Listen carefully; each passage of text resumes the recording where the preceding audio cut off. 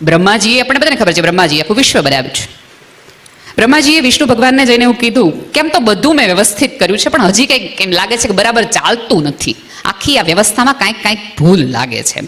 બધું સરસ રીતે ચાલવા માટે કશું કંઈક જોશે. એટલે વિષ્ણુ ભગવાન એવું કહે છે કે તમને સમજાવો કે તમે કઈ રીતે આખી પૃથ્વીની વ્યવસ્થા કરી છે ને કઈ રીતે. એટલે બ્રહ્માજીએ શરૂઆત કરી, કારણ કે મેઇન એન્જિનિયર તો એ જ. એણે એવું કીધું કે મેં 21 લાખ એવી પ્રજાતિઓનું નિર્માણ કર્યું છે જે પરસેવામાંથી, સૂર્યપ્રકાશની હાજરી વગર, તમે જૂ છે, ટોલા છે, ઉધઈ છે, ઈયળ છે, એ બધું સૂર્યપ્રકાશની ભેજવાળા વાતાવરણમાં પરસેવામાંથી ઉત્પન્ન થતી પ્રજાતિઓ. 21 લાખ પ્રજાતિ મેં આવી બનાવી છે. 21 લાખ પ્રજાતિ મેં ઈંડામાંથી સર્જન થાય એવી બનાવી છે. 21 લાખ પ્રજાતિ મેં એવી બનાવી છે કે ધરતી ફાડીને જન્મ લે વૃક્ષો. અને 21 લાખ પ્રજાતિ મેં એવી બનાવી છે કે ચામડી ફાડીને, એટલે ગર્ભમાંથી બાળક આવે, કોઈ પણ પ્રાણીને, માણસને, બધા. 21 લાખ મેં, એટલે 84 લાખ ફેરાને મેં 21 લાખ આવા 4 ખંડમાં મેં વિભાજિત કર્યા છે. એટલે વિષ્ણુ ભગવાન કે આમ તો કઈ બરાબર નથી, પણ થોડુંક ઓછું કરી નાખીએ ને, કાંઈક એકાદ બોલ કાઢી નાખીએ ને. બ્રહ્માજી પાના પીછે ઘા કર્યો, એટલે તમે કરો તો, મોટા એન્જિનિયર તો તમે જ છો. ભગવાને શરૂઆત કરી. પહેલું એણે પક્ષીમાંથી લોભ કાઢી નાખ્યો. તમે જુઓ, તમે પક્ષીને દાણા નાખો તો તમારા ઘરે એને ભૂખ હોય ને એટલા જ ચણીને જાય. કોઈ દિવસ એવું જોયું કે પોતે લઈ જાય થોડાક 250 ગ્રામ લેતું જાય, વરસાદ આવશે કામ લાગશે, માળામાં ભરી રાખો. એ માણસની પ્રકૃતિ છે. પક્ષીમાંથી ભગવાને લોભ નામનો બોલ્ટ કાઢી નાખ્યો. પશુમાંથી ભગવાને વાચા લઈ લીધી. તમે વિચાર કરો કે આપણા પશુઓ બોલતા હોત તો, ગાયને તમે એમ કહો કે 3 લીટર દૂધ દેવાનું, તેમ કે કયું ઘાસ દીધું તું, ગાય બોલતી હોત તો એ તમને કહે કયું ઘાસ દીધું તું, 3 લીટર દૂધ આમાંથી આવે, સારું ઘાસ દો દૂધ આવે. બળદ ખેડૂત ખેતરે લઈ જતા હોય અને સવારે ઉઠાડે તો બળદ એમ કે આજ નહીં ઉઠાય, આજ મૂળ નથી. અને મને હાથ તો લગાડતો જ નહીં, હો, લાકડી બાકડી મારતો જ નહીં, મારા એક પાટા નહીં તમે ખમી શકો. પશુઓ બોલતા હોત તો માણસને આ તકલીફ થઈ જાય. એટલે પશુમાંથી ભગવાને એક બોલ્ટ ઓછો કરી નાખો, વાચા લઈ લીધી. વૃક્ષમાંથી મોહ લઈ લીધો. કોઈ પણ વૃક્ષ પોતાનો ફળ રખાય તો આંબો એમ કે હારી હારી કેરીઓ આપણા છોકરા માટે રાખી દેજો, હળેલા ભલે આખા હતા, પાણી પીવા ક્યાં આવ્યા હતા. મોહ લઈ લીધો. પક્ષીમાંથી લોભ લીધો, પશુમાંથી વાચા લીધી, વૃક્ષમાંથી મોહ લઈ લીધો, અને માણસમાંથી સંતોષ લઈ લીધો. તે દોનો આ ગોળ કચાડો હેલા જ રાખે છે, હેલા જ રાખે, કાંઈ ફેર નથી પડ્યો. ઘણી વખત આપણે માણસ તરીકે આપણને એવું થાય કે ભગવાન માટે તો બધું કેટલું ઈઝી છે. એક આમ ચમત્કાર કરે, એક વીજળી કરે, બધું ભૂખ્યા હોય ને રન મળી જાય, ગરીબ હોય ને વસ્ત્ર મળી જાય, આને આ મળી જાય, આપણા લોનના હપ્તા ભરાઈ જાય, કોઈને કાંઈ જોતું જ નહીં, કોઈને કાંઈ ઘટે જ નહીં. ભગવાન માટે તો બધું કેટલું સહેલું છે. થઈ જાય માણસ તરીકે આપણા વિચાર આવે. પણ તમે વિચાર કરો કે બધા પાસે બધું હોત જ તો કોઈની પાસે કોઈ આવત? બધા જ પાસે, આ પૃથ્વીના દરેક માણસ પાસે 2 રૂમ રસોડાનું ઘર હોત તો કોઈ શું કામ છે? કોકનું 3 રૂમ રસોડાનું ઘર જોઈએ તો 2 રૂમ વાળાને એમ થાય કરવું પડશે, આવું કરાય. તમારું ઘર બનતું હોય ત્યારે તમને કડિયાની દાળિયાની જરૂર પડે. એ કડિયા દાળિયા છે એ ઝૂંપડામાં રહેતા હોય ને એટલે તમારે કામે મજૂરી કરવા આવે કે આવા ઘર હાટું આપણું ઘર બનાવવું હોય તો આના ઘર મજૂરી કરવા જવું પડશે. એની વ્યવસ્થામાં ભૂલ કાઢી શકીએ ને એટલા બુદ્ધિશાળી તો હજી આપણે નથી થયા, ગમે એટલું વિજ્ઞાન આગળ વધી ગયું હોય. એણે આપણને બનાવ્યા છે ને આપણે એની બનાવવાની લાઈમાં પડી ગયા છે. તમારા સંતાનને તમારાથી જોડાયેલા, તમારા સમાજ અને સંસ્કૃતિ સાથે જોડવા માંગતા હો તો એને સાચી શ્રદ્ધાના ઠેકાણા આપો, અંધશ્રદ્ધાના નહીં. કારણ કે આ પેઢી તો પૂછવા વાળી પેઢી છે, વિસ્મય, પ્રશ્ન પૂછશે, અને પ્રશ્ન પૂછે ને આ જગતના કોઈને નથી ગમ્યું. એક જ કૃષ્ણ હતો કે જેણે એક પ્રશ્ન સામે આખી ગીતા કીધી. તમને બધાને કદાચ ખબર હશે કે એક નાનું એવું બાળક છે, એ આવી રીતે સરસ મજાના સફરજનના ઝાડ નીચે સૂતું પુસ્તક વાંચતું હતું. સફરજન નીચે પડ્યું. એક બાળકને વિસ્મય વાળો પ્રશ્ન થાય કે આ સફરજન નીચે કેમ પડ્યું, ઉપર કેમ ન ગયું? એને જઈને એના પપ્પાને પૂછ્યું કે હું વૃક્ષ નીચે, સફરજનના વૃક્ષ નીચે વાંચતો હતો, અભ્યાસ કરતો હતો અને સફરજન નીચે પડ્યું, પપ્પા સફરજન ઉપર કેમ ન ગયું? તરત એના પપ્પાએ કીધું, બાળકની જિજ્ઞાસુ વૃત્તિ પોષે એવો પિતા હતો કે બેટા એ પ્રશ્ન તો મને થાય છે, તારે જિજ્ઞાસા વૃત્તિને સંતોષી શકાય માટે તારે જે કરવું હોય, સંશોધનો કરવા હોય, અમે તને પૈસા આપીએ, અમે તને મદદ કરીએ. મમ્મી પાસે જાય છે, માં પણ એવી હતી. મમ્મી કે સફરજન નીચું કેમ આવે છે, ઉપર કેમ નથી વયું જતું, સાઈડમાં કેમ નથી જતું, ડાબે કેમ નથી, જમણું કેમ નથી, કેમ એક્ઝેક્ટ સીધું નીચે જ આવે છે. મમ્મીએ એમ કીધું, બેટા એ પ્રશ્ન તો અમને હજી સુધી નથી થયો, પણ તારો પ્રશ્ન બહુ સાચો છે, સંશોધન કરી શકાય એવો છે. તારે શિક્ષણમાં જરૂર હોય કે એના સંશોધનમાં જરૂર, તમે તને વ્યવસ્થા કરી આપી આ બધી, કે જે તને પ્રશ્નો આપ્યો સ્ફુર્યો છે, એ પ્રશ્નનો તને જવાબ મળે એની માટેની અમે વ્યવસ્થા કરી આપીએ. બાળકના જિજ્ઞાસા વૃત્તિ સંતોષે એવા મા બાપ હતા ને, એટલે એમાંથી આઇઝેક ન્યૂટન પેદા થયો ને, જેણે ગુરુત્વાકર્ષણના 3 નિયમ તમને ને મને આપ્યા, અને આખી પૃથ્વી અત્યારે એના ઉપર અડધી હાલે છે, તમામ મશીનરીઓથી લઈને બધું. આપણો છોકરો હોય તો વાંચતો બેઠો હોય, સફરજન હેઠે પડે ને આપણને પૂછે, એક સપાડીને પડી, તને વાંચતી વખતે જ આવા બધા પ્રશ્ન હુજે છે ને, મને વાંચવા માંડ, આ ભણવા વખતે તને આવા પ્રશ્ન હુજે છે. બાળકના વિસ્મયને ક્યાંક ને ક્યાંક આપણે મારી નાખીએ છીએ, અને ક્યારેક આપણું અજ્ઞાન જતું ન થાય ને એટલે બાળકને આપણે ડાયવર્ટ કરી દઈએ છીએ. તમને આ વસ્તુની નથી ખબર એવું કહેતા બાળકને શીખવાડો કે બેટા આ પ્રશ્નનો જવાબ મને નથી ખબર. અમે તને સ્કૂલે એટલા માટે મોકલીએ છીએ, અમે તને સાધનો પ્રસાધનો અને વ્યવસ્થાઓને લાઇબ્રેરીમાં એટલા માટે મોકલીએ છીએ કે અમને જે નથી આવડતું એ તું શીખીને આવો. પણ આપણે તો બધા જ એવું માને કે બાળકને કેમ એવું કેવું કે મને નથી આવડતું. તમારા આવડવા ઉપર તમારા સન્માનનો આધાર નથી, તમારા પ્રેમ કરવા ઉપર તમારા સન્માનનો આધાર છે. તમે શું છો એના આધારે નહીં, સમાજને તમે શું આપી શકો છો ને એના આધારે તમારું સન્માન થાય. એ શીખવો બાળકને. ફરીવાર કહું છું કે સંસ્કારો બોલીને કહીને લેખિતમાં આપી નહીં શકાય, જીવીને આપવા પડશે. અને આ પેઢી તો બહુ જ સ્માર્ટ છે, બહુ જ એટલે બહુ.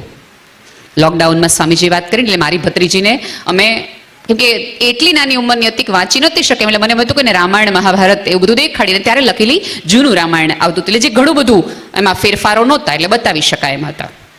મારી ભત્રીજી 6 વર્ષની, એને મેં દેખાડતા હતા કે આ, અને એ પહેલાં મેં એને બધા સંબંધો સમજાવી દીધા હતા કે પતિ પત્ની ભાઈ બહેન આ બધા પ્રકારને હતી. એમાં એક ડાયલોગ એવો આવે ભાઈ કે જેમાં રાવણ આવીને એવું કે મેં લંકાપતિ રાવણ હું, મેં લંકાપતિ રાવણ હું. એટલે મારી 6 વર્ષની ભત્રીજી, ત્યારે મારી 35ની ઉંમર હતી, અને મને આવીને એમ કે હે નેહલ, આની પત્ની તો મંદોદરી હતી, આ ક્યાં લંકાપતિ હતો એ કે. હજી આપણને બધાને આ પ્રશ્ન હજી નથી ઊભો થતો કે આની પત્ની તો મંદોદરી હતી, લંકાપતિ થોડો હતો એ કે. આ પેઢી છે કે જે તમને નથી ઉભા ને શાસ્ત્રોના પ્રશ્નો, અને જ્યાં સુધી તમારી પેઢી શાસ્ત્રો માટે પ્રશ્ન ઊભા કરે ને ત્યાં સુધી સમજજો કે શસ્ત્ર ઉપર નહીં જાય, શાસ્ત્ર ઉપર જીવવાની શરૂઆત કરશે. આપણને બધાને પ્રશ્નો જ ન થયા ને, માત્ર ગીતાનું રટણ કર્યું, માત્ર ગીતાના શ્લોક, ગીતાનો એકાદ શ્લોકે જીવવાનો પ્રયાસ કર્યો હોત ને તો અભ્યાસક્રમમાં ન લાવવું પડ્યું હોત. અહીં સુધી લાવવું જ એટલા માટે પડ્યું કારણ કે આપણે અભ્યાસ ન કર્યો, જીવવાનું ન શરૂ કર્યું, પ્રશ્ન જ ન કર્યા. અને એમાં પેલા કેવું હતું કે આપણે પ્રશ્ન પૂછતા ને એટલે સીધો એક જ જવાબ, છાનો માનો કરવા માંડને. આપણી બધાની જનરેશન છે ને પિતાના ડારાથી મોટી થઈ છે. પહેલા આપણે આપણા મા બાપથી બીતા હતા, હવે આપણે આપણા સંતાનોથી ડરીએ છીએ. એટલે આપણે વચગાળાની બિચારી દાબેલી જેવી આપણી સિચ્યુએશન છે, ભીનેલી આખી. કારણ કે સંતાનોને કંઈ કહેવાતું નથી. સહેજ કાંઈ પણ કયો એટલે બારણા બંધ કરી લે, અને મમ્મીને ડર લાગે પંખે લટકી જશે તો, ઓલું કરશે તો, આમ કરશે તો. કારણ કે આપણે બાળકની નિષ્ફળતા જ્યારે મળે છે ને ત્યારે બાળકની નિષ્ફળતા પાછળ આપણે એને ક્યારેય ન કીધું ઇટ્સ ઓકે. ફેલ થવો એનો અર્થ તમને જીવવાનો અધિકાર નથી એવો નથી. આપણે ત્યાં સમાજમાં જ્યારે થાય મોટી તકલીફ. સ્વામીજી મને ખબર નથી તમે કેટલા સહમત છો આ વાત સાથે, પણ હું કહું કે એક એવી આપણે સામાજિક વ્યવસ્થાઓ ભેગી કરી છે કે તમને સફળતા માટે સન્માનિત કરવામાં આવે છે, તમારા પ્રયાસ માટે નહીં. જ્યારે કે પ્રયાસ માટે તમને સન્માનિત કરવું જોઈએ. તમારું બાળક જ્યારે 3જા ધોરણમાં હોય, પહેલું કે બીજું આવે ને ત્યારે એને એવું નથી કહેવાનું બહુ જ સરસ કે તું બીજા નંબરે આવ્યો. તમે એને એમ કહો કે બેટા તે એટલી સરસ મહેનત કરીને એટલા માટે તું આવ્યો. એના મહેનતના વખાણ કરો, એને મળેલી જગ્યાના નહીં. આખી માથાકૂટ અત્યારે આ સમાજની છે ને સત્તાની ને પહેલા આવવાની છે, દરેકને મોટું થવું છે. હમણાં હું નડિયાદ એક કાર્યક્રમમાં ગઈ હતી, એના ડીઓ એક મને વાત કરી તો હું I was shocked. A DOA મને એવું કીધું કે નેહલબેન હમણાં હું એક સ્કૂલમાં ઇન્સ્પેક્શનમાં ગયો હતો અને સ્કૂલના એક છોકરાને મેં 8મા ધોરણના એક છોકરાને પૂછ્યું કે બેટા તારે શું બનવું છે? એટલે એઝ યુઝ્યુઅલ કેમ કે ભાઈ મારે પોલીસ ઇન્સ્પેક્ટર બનવું છે, મારે આઈપીએસ બનવું છે, મારે ડોક્ટર બનવું છે, મારે વકીલ બનવું છે.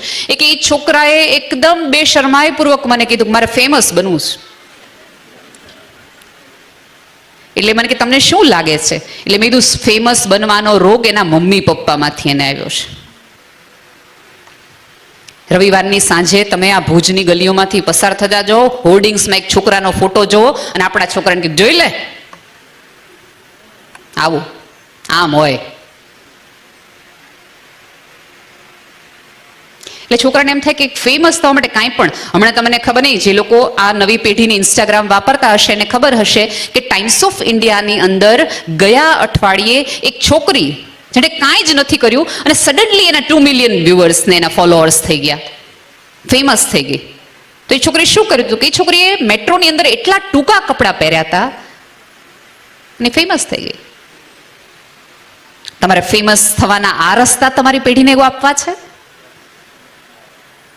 સન્માનિત થવાના આ રસ્તાઓ આપવા છે. અને સમાજ છે ને સાહેબ, આપણી તકલીફ એ છે કે તમે આખી 100નો ક્લાસ હોય એમાં પહેલા તો 3 જણા આવે, 1, 2 ને 3. એ પહેલા 3 જણાના સન્માન કરવાના અને 97 જણે તાળી જ પાડ્યા રાખવાની 3 જણાની સફળતા માટેની. સમાજ છે એ 3 જણાનો નહીં, ઓલા 97 જણનો બનેલો છે સાહેબ.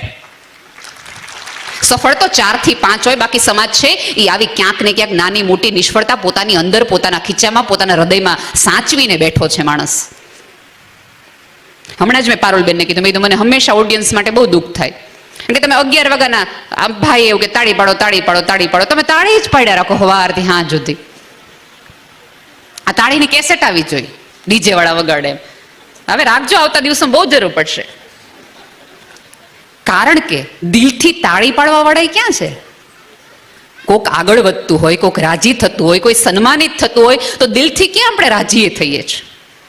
તમે જો સાહેબ, એવું કહેવું પડ્યું કે અહીંયા જે લોકો કામ કરે છે, નિસ્વાર્થ ભાવે કામ કરે છે, એમના મનમાં કોઈ સત્તા નથી.